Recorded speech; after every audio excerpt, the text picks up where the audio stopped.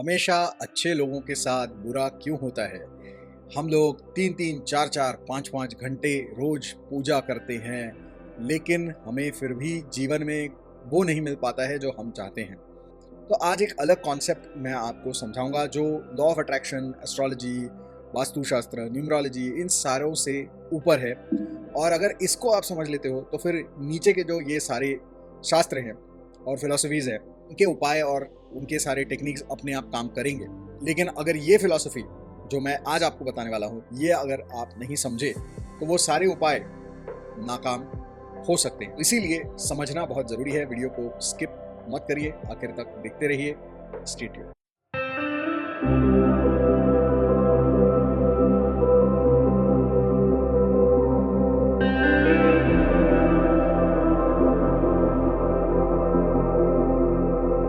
Basically जीवन में जो भी आपको मिलता है अच्छा, वो तब मिलता है जब आपके पास होता है पुण्य। और जीवन में जो भी बुरा होता है, खराब होता है, वो तब होता है जब आपके पास होता है पाप। तो आप ऐसा समझिए कि जैसे आपका बैंक अकाउंट होता है जिसमें से पैसा डेबिट होता है, पैसा क्रेडिट होता है, और आप पैसा जो है लोन पे भी लेते हैं। और जब आप लोन पे लेते हैं तो इंटरेस्ट के साथ चुकाना पड़ता है, और जब आप पैसा जमा करते हैं तो बैंक आपको इंटरेस्ट देती है। ये कॉन्सेप्ट है बैंक का ब्रॉडली, ठीक है। तो आप ऐसा समझिए कि there is a divine bank account, जिसके अंदर आपके पुण्य और आपके पाप ये जमा होते हैं वहाँ पर। और जैसे जैसे आपका बैलेंस बढ़ता है पुण्य का, तो आपके जीवन में सब कुछ अच्छा होना शुरू हो जाता है। और अगर आपके डिवाइन बैंक अकाउंट में आपके पाप जमा होते रहे तो आपके जीवन में सब कुछ बुरा होना शुरू हो जाएगा। अब ये डिवाइन बैंक अकाउंट है, नॉर्मल बैंक अकाउंट नहीं है। तो ये सिर्फ हमारे इस जन्म से रिलेटेड नहीं है। हमारे हिंदू फिलॉसफी में ये माना जाता है, सनातन धर्म में, कि हम अनेकों जन्म लेते हैं, अनेक योनियों में जन्म लेते हैं, और ये जो सारे जन्म हैं उन सारों का एक कलेक्टिव कर्मा है जिसको बोलते हैं संचित। उसमें से एक पार्ट है कर्मा का जो इस जन्म में भोगने के लिए तुम अपने साथ लेकर आए हो, वो होता है प्रारब्ध कर्म। और जो अभी हम कर रहे हैं उसको बोलते हैं क्रियमाण कर्म। और ये जो सारा कर्म होता है तीनों लेवल्स पे, इसमें पाप भी है और पुण्य भी है। ओके, सो इस जन्म में जो तुम लेकर आए हो बाय डिफॉल्ट वो होता है प्रारब्ध कर्म, यानी कि पहले के जो भी तुम्हारे पाप पुण्य है उसमें से इस जन्म के लिए जो तुम भोगने के लिए आए हो वो है प्रारब्ध कर्म। उसी को पढ़ने की जो विद्या है वो है ज्योतिष शास्त्र। तो ज्योतिष विद्या, न्यूमरोलॉजी, इससे हम ये पता करते हैं कि इस जन्म में आप कैसे प्रारब्ध भोगने के लिए आए हैं।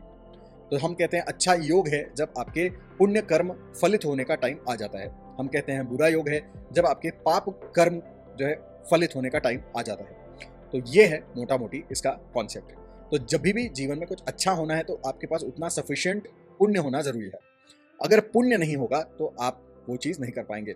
और कई सारे ऐसे लोग होते हैं जो फुटपाथ पे रहते हैं, उनका जन्म भी फुटपाथ पे होता है, और उनकी पूरी जो जीवन कथा है वो फुटपाथ पे ही खत्म हो जाती है। वो कभी उससे बाहर निकल ही नहीं पाते हैं। और कुछ लोग ऐसे होते हैं जो जन्म तो लेते हैं फुटपाथ पे, लेकिन वो फिर कहीं ऐसे जगह चले जाते हैं, कोई बहुत ही अमीर आदमी उनको अडॉप्ट कर लेता है, और फिर उसके बाद वो जीवन ऐसा जीते हैं जैसा जो है मिडिल क्लास या अपर मिडिल क्लास लोग भी अफोर्ड नहीं कर सकते। उस तरह का जीवन वो लोग जीते हैं। तो ऐसा कैसे होता है? कुछ लोग जो है राजा से रंक बन जाते हैं, रंक से राजा बन जाते हैं, और ऐसा लगता है मानो इनका कोई प्री डिस्पोजिशन है। तो ये क्या है? कर्मा है, प्रारब्ध है, पुण्य है, पाप है। बहुत सारे लोग ऐसे होते हैं जो गलत काम करते हैं, ऐसा हमको लगता है, लेकिन वो काम करते जाते हैं, करते जाते हैं, करते जाते हैं, और फिर एक पॉइंट पे जाके फिर जो वो गिरते हैं वो बड़े खतरनाक गिरते हैं, और फिर वो उससे कभी भी उभर के बाहर नहीं आ पाते हैं और वहीं पे खत्म हो जाते हैं। तो ऐसा क्यों होता है? पाप का घड़ा भर जाता है। ऐसा भी कहा जाता है, आपको शिशुपाल की कथा पता होगी। तो शिशुपाल के पापों का घड़ा जो है वो भर गया था, और इसलिए श्री कृष्ण ने उनको मार दिया। जब तक पापों का घड़ा नहीं भरा तब तक श्री कृष्ण ने भी शिशुपाल को नहीं मारा। तो पाप और पुण्य, कहीं ना कहीं स्टोरी से आपको ये पता चलता है, ईश्वर जो है अपने लॉज के थ्रू, अपने नियमों के, सिद्धांतों के थ्रू काम करते हैं। और उन्होंने ये प्रकृति बनाई है, और एक्चुअली ईश्वर जो है वो इंसान नहीं है, प्रकृति ही भगवान है, भगवान ही प्रकृति है। भगवान एक एक्रोनिम है, भूमि, गगन, वायु, अग्नि और नीर, यही भगवान है। तो इसके पीछे का जो यूनिवर्सल माइंड है, एनर्जी है, कॉन्शियसनेस है, प्रकृति है, वही भगवान है। तो ये जो है इनका कुछ नियम है, कानून है, लॉज है, और इसके हिसाब से ही ये सृष्टि काम करती है। तो ऐसा नहीं है कि धड़ाम से भगवान जो आएंगे आपके लाइफ में इंटरफियर करेंगे, कुछ अच्छा बुरा करेंगे और चले जाएंगे, ऐसा नहीं होगा। उन्होंने कुछ नियम बनाए हैं जिससे ये संसार चलता है, आपका जीवन चलता है और उसी के हिसाब से आपका काम चलेगा। भगवान ने और एक चमत्कार करके भेजा है, वो ये है कि उन्होंने हमारे अंदर एक ब्लैक बॉक्स फिट कर दिया है। ब्लैक बॉक्स एरोप्लेन्स में होता है, जिसमें एरोप्लेन के सारे कम्युनिकेशंस और सारी चीज़ें, सारा डेटा जो है उसके अंदर स्टोर होता रहता है। तो अगर प्लेन क्रैश भी हो जाता है तो वो ब्लैक बॉक्स रिट्रीव करते हैं और उसमें से सारी इन्फॉर्मेशन उनको मिल जाती है। तो उसी तरीके से हमारे अंदर भी भगवान ने एक ब्लैक बॉक्स बिठा रखा है। ब्लैक बॉक्स ये जो है, हमारा शरीर बदलता रहता है लेकिन ये ब्लैक बॉक्स कैरी फॉरवर्ड होता रहता है और इसीलिए हमारे ही अंदर ये सारा स्टोर रखा हुआ है। यानी हमारा जो अंतर्मन है उसके अंदर हमारा अंतर्मन सब कुछ रिकॉर्ड कर रहा है, चाहे वो इस जीवन का हो चाहे किसी भी जीवन का हो। बहुत सारे लोग हैं जो पास्ट लाइफ रिग्रेशन करते हैं, यानी वो आपको हिप्नोटिक ट्रांस में ले जाते हैं और फिर पिछले जन्मों में लेकर जाते हैं। ये कैसे संभव है? तभी संभव है जब ये सारी इन्फॉर्मेशन आपके अंतर्मन में स्टोर होती है। अगर वो स्टोर नहीं होगी तो पास्ट लाइफ रिग्रेशन कैसे करोगे? तो ये ब्लैक बॉक्स आपके अंदर भगवान ने लगा के रखा हुआ है।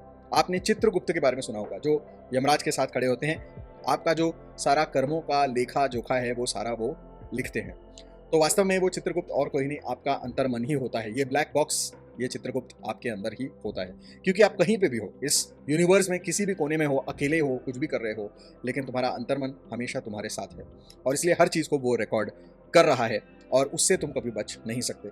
और यही अंतर्मन आपके पाप पुण्य सबका रिकॉर्ड आपके अंदर रख रहा है और उसके अनुसार वो सारे जो पुण्य और पाप हैं वो उनको ट्रिगर करता है टाइम टू टाइम और आपको उसका फल देता है। तो वो सारी चीज़ें हमारे अंदर ही हैं। यमराज, चित्रगुप्त, सब कुछ हमारा अंतर्मन है और वही आपको दंडित भी करता है और रिवॉर्ड भी देता है, इनाम भी देता है। तो ये पाप और पुण्य सब कुछ आपके अंदर ही रिकॉर्ड हो रहा है और उसके हिसाब से आपको जीवन में जो है फल मिलते हैं। तो ये है मोटा मोटी कॉन्सेप्ट। तो डिवाइन बैंक अकाउंट का ये कॉन्सेप्ट समझ लो, क्योंकि पुण्य बढ़ता रहेगा तो लाइफ अच्छी होती रहेगी, पाप बढ़ता रहेगा तो नुकसान होगा। बहुत सारे लोग मन्नत मांगते हैं, मन्नत मांगते हैं। तो ये क्या कॉन्सेप्ट है? मन्नत तब मांगी जाती है जब आपके पास अभी करने का टाइम नहीं है कुछ, मतलब आप रेमेडी नहीं कर सकते, कुछ भी नहीं कर सकते अभी, और इसलिए आप मन्नत मांगते हैं और आप कहते हैं कि फला फला चीज़ हो जाएगी भगवान जी, तो मैं जो है ऐसे ऐसे करूँगा, मैं जो है नंगे पाँव चल के आऊँगा, घुटनों के बल सीढ़ियाँ चढ़ के आऊँगा, वगैरह वगैरह, बहुत तरह के होते हैं। तो वो क्या होता है? वो होता है क्रेडिट कार्ड फैसिलिटी या लोन। भगवान जो है तुमको वो पुण्य ट्रांसफर करते हैं जो तुम्हारे पास अभी नहीं है। तो वो ये कहते हैं कि ठीक है बच्चा, ये ले, ये पुण्य है जिससे तेरा काम हो जाएगा। जब ये काम हो जाएगा उसके बाद तुम वो पुण्य वाला जो काम है वो तुमको करना पड़ेगा जो तुमने बोला है।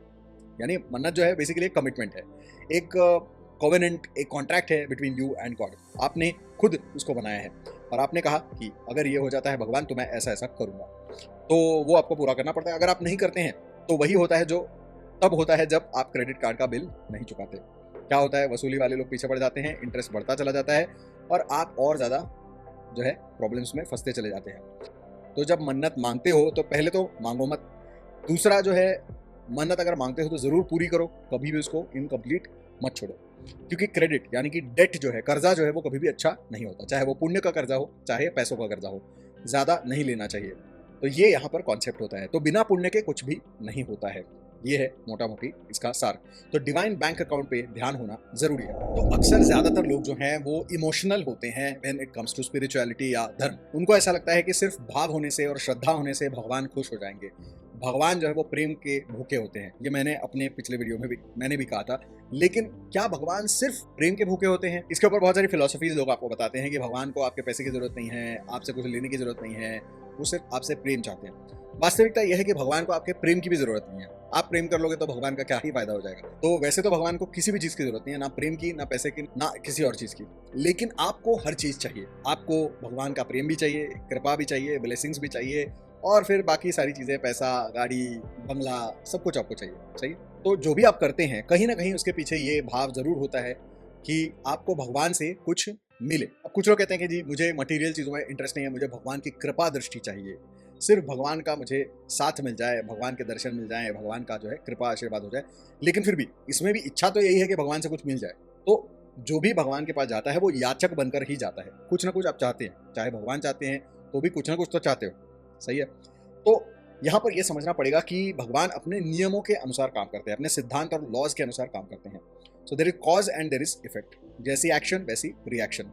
अब आप भगवान को जो देंगे वही भगवान पलट कर आपको देगा। ये सिंपल चीज अगर आप समझ जाते हैं तो सब कुछ आपको समझ में आ जाएगा। तो ज्यादातर लोग क्या करते हैं, भगवान के सामने हाथ जोड़ते हैं और तरह तरह की प्रार्थनाएं करते हैं, लेकिन उनकी इच्छा ये होती है कि इसके बदले में मुझे वो सारी चीजें मिले कि मेरी शादी हो जाए, मुझे बच्चे हो जाए, मैं फॉरेन में पढ़ने जाऊं, फॉरेन वेकेशन के लिए जाऊं, मेरे पास बंगला हो, गाड़ी हो, सब कुछ हो।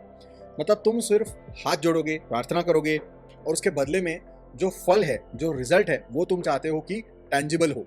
मतलब तुम सिर्फ मेंटली पूजा करोगे लेकिन भगवान तुमको फिजिकली जो है फायदे प्रोवाइड करे, ये तुम्हारी इच्छा है। या ज़्यादा से ज़्यादा तुम क्या करोगे, हाथ जोड़ोगे, एक नारियल रखोगे, हाँ, 2 4 5 अगरबत्तियाँ घुमाओगे और तुम्हारा कहना है कि इसके बदले भगवान तुमको बंगला दे, पैसा दे, वो सारी चीज़ें दे जो तुम चाहते हो। अब आप ही सोचो, क्या इसमें आपको लगता है कि ये फेयर है जो आपकी एक्सपेक्टेशन है? Is it correct? अगर आप किसी डॉक्टर के पास जाओ और डॉक्टर को, खुदा ना खास्ता आपके साथ ऐसा ना हो, लेकिन उदाहरण के तौर पे अगर आपकी ओपन हार्ट सर्जरी करनी पड़े और आप डॉक्टर को बोलो, नमस्कार डॉक्टर, जय डॉक्टर, ये लीजिए नारियल, ये लीजिए नमस्कार, और हमारी जो है ओपन हार्ट सर्जरी कर दीजिए आप, तो आपको लगता है डॉक्टर करेगा? नहीं करेगा, क्योंकि उसकी जो फीस है वो तो आपको देनी ही पड़ेगी। अगर आप लॉयर के पास जाएंगे, उसको बोलेंगे कि नमस्कार, साष्टांग दंडवत, और फिर आप जो है मेरा केस आप प्लीज लड़िए, तो क्या वो लड़ेगा? नहीं लड़ेगा। आजकल तो जो वकील होते हैं उनके लाखों करोड़ों में फीस होती है एक एक हियरिंग की, तो आपको लगता है कि वो वकील आपको ऐसे ही सिर्फ हाथ जोड़ के साष्टांग दंडवत करने से वो आपका केस लड़ने वाला है? अगर आप ग्रोसरी शॉप में जाते हैं और ग्रोसरी शॉप में जाके बोलते हैं कि जय दुकानदार, और जो है जय दुकान वाले भैया, जय बनिया, और दे दो मुझे पूरे महीने का सामान, क्या वो दे देगा? आपको ग्रोसरीज दे देगा? नहीं देगा। जब तक तुम कीमत नहीं चुकाओगे तब तक तुम्हें कुछ भी नहीं मिलेगा। तो जब तुम भगवान के सामने जाते हो तब तुम ये क्यों सोचते हो कि सिर्फ हाथ जोड़ने से तुमको सब कुछ मिल जाएगा? तुम ये सोचो कि तुम कितना मांग रहे हो और उसके बदले में तुम क्या कर रहे हो, कितनी सेवा कर रहे हो, ये भी तो सोचना पड़ेगा। सक्सेसफुल और अनसक्सेसफुल लोगों में हमेशा यही फर्क होता है। अनसक्सेसफुल लोग जो है वो हमेशा लेने पे ध्यान रखते हैं, गिव गिव गिव, वो देने की बात ही नहीं करते। सक्सेसफुल लोग कंट्रीब्यूट करने की बात करते हैं, वैल्यू एडिशन करने की बात करते हैं, वो सोचते हैं और पूछते हैं कि मैं क्या करूं, और वो करते हैं, और इसलिए वो सक्सेसफुल होते हैं। और वो लोग जो है अच्छे भक्त भी बनते हैं। जितने भी अमीर लोग हैं, जब वो मंदिरों में जाते हैं तो वो याचना तो करते हैं, लेकिन उसके साथ साथ वो वहाँ पे जाके वो कितने बड़े बड़े चढ़ावे चढ़ाते हैं, न जाने क्या क्या चीज़ें देते हैं। कुछ कुछ लोगों ने जो है ऐसे ऐसे उदाहरण है कि वो मंदिर में गए, वहाँ पे 80 किलो का सोने का उन्होंने महाद्वार बना के वहाँ पे जो है ऑफर किया था भगवान को। कुछ लोग हैं जिन्होंने 600 करोड़ रुपए के मुकुट बनाकर जो है भगवान को अर्पण किए थे वहाँ पर मंदिरों में। तो ऐसे बहुत सारे उदाहरण हैं। तो आपको क्या लगता है ऐसा क्यों करते हैं वो लोग? इसके पीछे का रीज़न क्या है? उसके पीछे का रीज़न ये है कि वो जो चाहते हैं उसके इक्विवेलेंट या उस चीज़ को मद्देनजर रखते हुए वो अपने ऑफरिंग्स कर रहे हैं। तुम बोलोगे मुझे चार्टर प्लेन चाहिए, लेकिन तुम भगवान को दोगे एक गुलाब का फूल, तो बात तो नहीं बनेगी ना। ये समझो कि भगवान जो है वो इंसान नहीं है, वो अपने लॉज के थ्रू काम करते हैं। तो भगवान, प्रकृति, एनर्जी, कॉन्शियसनेस, यूनिवर्स, जो भी तुम मानते हो, जो तुम दोगे वो तुमको मिलेगा। Like attracts like. तो यहाँ पर ये समझो कि अगर तुम जाके सिर्फ हाथ जोड़ रहे हो भगवान के सामने और फिर तरह तरह की चीज़ें मांग रहे हो, तो भगवान भी तुमको सिर्फ ऐसे हैंड जेस्चर करके आशीर्वाद देंगे, बोलेंगे बच्चा वेरी नाइस, वेरी गुड, बस बात खत्म। अगर तुम भगवान को सिर्फ हाथ जोड़ोगे और नारियल चढ़ाओगे तो भगवान भी हाथ जोड़ेंगे और तुमको नारियल दे देंगे। तो ये समझो कि जो तुम दोगे वैसा तुमको मिलेगा। और अक्सर ये चीज़ जो है कुछ लोग समझ पाते हैं, कुछ लोग बहुत प्रैक्टिकल होते हैं, तो वो इस चीज़ को समझ पाते हैं। वो दिखने में ऐसा नहीं लगता कि वो बहुत ज़्यादा भक्त हैं, बहुत श्रद्धा है, या बहुत बार हाथ जोड़ रहे हैं, साष्टांग दंडवत कर रहे हैं, नाक रगड़ रहे हैं, ऐसा लगता नहीं है देखने में। लेकिन जब वो मंदिरों में जाते हैं तो वहाँ पे ज़रूर वो कैश ऑफरिंग करते हैं। वो ज़रूर वहाँ पे मंदिर का अगर कंस्ट्रक्शन हो रहा है, रिनोवेशन हो रहा है, तो वो वहाँ पे जो है टाइल्स ऑफर कर देंगे, सीमेंट पहुँचा देंगे, ब्रिक्स पहुँचा देंगे, कॉन्ट्रैक्टर्स वहाँ पे ला देंगे, मार्बल का इंतजाम कर देंगे, लाइटिंग का इंतजाम कर देंगे, कुछ ना कुछ कर देंगे। यानी वो वहाँ पे जाते हैं और वो सिर्फ हाथ नहीं जोड़ते, वो सिर्फ गिड़गिड़ाते नहीं हैं, वो सिर्फ जो है हाथ जोड़ के ऐसे ऐसे ऐसे नहीं करते, वो टेंजिबल चीज़ें करते हैं, कंट्रीब्यूशन करते हैं towards God's house, towards God's temple. भगवान के टेम्पल के लिए वो टेंजिबल और ऑब्जेक्टिवली कुछ फ़ायदा करवाने की कोशिश करते हैं कि उस मंदिर को मैं बड़ा बना दूँ, उसको अच्छा बना दूँ, उधर कैश ऑफरिंग करवा दूँ, वहाँ पे प्रसादम भोग का इंतजाम करवा दूँ, वहाँ पे अगर लोग आते हैं तो उन भक्तों की सेवा करूँ, उन भक्तों को मैं खाना खिलाऊँ। इस पे वो लोग ध्यान देते हैं। वो ज़्यादा टाइम जो है अगरबत्ती घुमाने में, आरती घुमाने में आपको नज़र नहीं आएंगे, लेकिन उस मंदिर को चलाने में जो पैसा लगता है, या जो सेवा लगती है, या तरह तरह के मटीरियल्स लगते हैं, सर्विसेज लगते हैं, वो प्रोवाइड करवाने में कुछ लोग ज़्यादा विश्वास रखते हैं। और ये वो लोग होते हैं जिनको बहुत ज़्यादा फायदे होते हैं, जिनको लाइफ में तरक्की ही तरक्की मिलती है। और वो लोग जो सिर्फ घंटी बजाते रहते हैं ज़ोर ज़ोर से, और सिर्फ जो है ज़ोर ज़ोर से आरतियाँ गाते हैं, और ज़ोर ज़ोर से जो है उनका सब चलता है, लेकिन टेंजिबल कुछ भी नहीं होता, सिर्फ जो है लिप सर्विस करते हैं कुछ लोग। तो जब तुम लिप सर्विस करोगे तो भगवान भी तुमको रिटर्न में लिप सर्विस ही देंगे। मतलब ज़्यादा से ज़्यादा तुम जो है बोलोगे बोलोगे, चीखोगे, चिल्लाओगे, तो भगवान भी सपने में आके तुमसे 2-4 बातें कर लेंगे, बस इससे ज़्यादा कुछ भी नहीं होगा। और ऐसा होता है अक्सर लोगों के साथ कि उनकी जैसी भक्ति है वैसे ही भगवान भी रिस्पॉन्ड कर रहे होते हैं। तो तुम जो है ये मत सोचो कि बस ऐसे ही बैठे बैठे मुझे सारी चीज़ें मिल जाएंगी। अगर तुम देना चाहते हो तो ढंग का कुछ करो, कुछ टैंजिबल करो, ऑब्जेक्टिव करो। और ऐसा नहीं है कि सिर्फ मंदिरों में ही करना चाहिए, ऐसा कुछ नहीं है। क्योंकि मंदिर में अगर तुम सेवा करते हो, पैसा देते हो, तो वो तो पुण्य का काम है ही और उससे तुमको बहुत ज़्यादा फायदा होगा ही। लेकिन अगर तुम चैरिटी करते हो, दान धर्म करते हो, तो वो भी पुण्य ही देने वाला है। तो कोई भी ज़रूरतमंद है उसको खाना खिलाओ, कपड़े दो, उसको जो है एजुकेशन के लिए कोई सामान चाहिए, उसको बुक्स चाहिए, नोटबुक चाहिए, पेन चाहिए, पेंसिल चाहिए, वो सब कुछ उसको मुहैया कराओ। अगर किसी को तुम वाहन इत्यादि दान कर सकते हो तो वो कराओ। बहुत सारी चीज़ें होती हैं जो आप कर सकते हैं और ये सारी चीज़ें करने से, चाहे मंदिर में ऑफरिंग करने से हो या गरीबों को डोनेशन करने से हो, आपके डिवाइन बैंक अकाउंट में पुण्य जमा होता रहता है और आपके जो पाप हैं वो घटते रहते हैं और फिर आपका जो जीवन है उसमें अच्छा अच्छा अच्छा और अच्छा ही होता है। भगवान के ब्लेसिंग्स आते रहते हैं और लाइफ में बरकत होती है, तरक्की होती है और आप आगे बढ़ते रहते हैं। तो ये था आज का हमारा वीडियो और आज हमने ठीक से समझा है कि ये डिवाइन बैंक अकाउंट क्या होता है, पाप और पुण्य क्या होता है, हमारे जीवन में जो होता है वो क्यों होता है। अगर आप टेंजिबल फायदा चाहते हैं, ऑब्जेक्टिव फायदा चाहते हैं, मटेरियल गेन्स चाहते हैं, तो भगवान की सेवा भी मटेरियली करो, फाइनेंशियली करो, एक्चुअली जाकर कुछ करो, कुछ टेंजिबल करो, कुछ ऑब्जेक्टिव करो, तो भगवान भी तुमको उसी हिसाब से फायदा देंगे। अगर तुम साइकोलॉजिकल लेवल पे, इमोशनल लेवल पे ही सारी चीजें करोगे तो भगवान जो फायदा देंगे वो भी तुमको साइकोलॉजिकल लेवल पे ही होंगे। तुमको मन की शांति मिलेगी लेकिन उससे आगे कुछ भी नहीं मिलेगा। उससे ज्यादा चाहते हो तो फिर तुमको भी थोड़ा ज्यादा करना पड़ेगा। चैरिटी में भी ये याद रखो कि जो करना चाहते हो, अगर तुम गरीबों के लिए सिर्फ रो धो रहे हो, फेसबुक पे पोस्ट डाल के उसको लाइक शेयर कर रहे हो, तो उससे कोई फायदा नहीं होगा। तुमको जो करना है टैंजिबली करो, एक्चुअली जाके उन गरीबों की जरूरतों को समझो, उनको कुछ डोनेट करो, उनको कुछ मदद करो, तो बात बनेगी। और इसमें और 2 चीजें मैं ऐड कर देता हूँ कि काया, वाचा और मन, तीनों लेवल पे जो भी करते हो उसमें पाप और पुण्य जुड़े हुए होते हैं। तो जब सोचो तो अच्छा सोचो, पुण्य मिलेगा। बोलो तो अच्छा बोलो, पुण्य मिलेगा। और करो तो अच्छा करो तो पुण्य मिलेगा। बुरे विचार, बुरी वाचा, बुरी वाणी और बुरे कर्म, ये सारे पाप आपकी तरफ लेकर आएंगे। जो पारसी धर्म है, ज़ोरोएस्ट्रियनिज्म, उनका एक मोटो है, good thoughts, good deeds and good speech. तो ये जो है यही हमको समझना है क्योंकि इसी से आपको पुण्य मिलेगा और तीनों लेवल पे आपको ये पुण्य मिलना चाहिए। और जो भी आप दान करते हो, चैरिटी करते हो, ऑफरिंग करते हो, इसमें ये ध्यान रखो कि क्वांटिटी से ज़्यादा क्वालिटी इंपॉर्टेंट है। क्योंकि बहुत बार ऐसा होता है कि लोग क्या करते हैं, जब मंदिर में कुछ देना होता है या पूजा में कुछ रखना होता है तो लोग जो है छोटी छोटी चीज़ें डोनेट करते हैं कि मतलब अगर डोनेट ही करना है तो सब स्टैंडर्ड क्वालिटी की जो है हम चीज़ें डोनेट करेंगे। मतलब चावल खुद के लिए जो है बासमती चावल चाहिए, लेकिन डोनेट करते वक्त सस्ते में सस्ता चावल चाहिए। खुद के लिए बढ़िया से बढ़िया जो है शरबती गेहूं चाहिए, लेकिन गरीबों को दान करते वक्त जो है घटिया से घटिया, सस्ते में सस्ता जो है गेहूं वो दान करेंगे। तो ऐसा आपको नहीं करना है, जो दोगे वो मिलेगा। अगर तुम सूखी रोटी खिलाओगे भगवान को या गरीबों को तो तुमको भी सूखी रोटियां तोड़नी पड़ेगी। पंच पकवान का भोग लगाओ, 56 भोग लगाओ भगवान को भी, और अगर दान कर रहे हो तो उसको भी अच्छे से अच्छा खाना खिलाओ।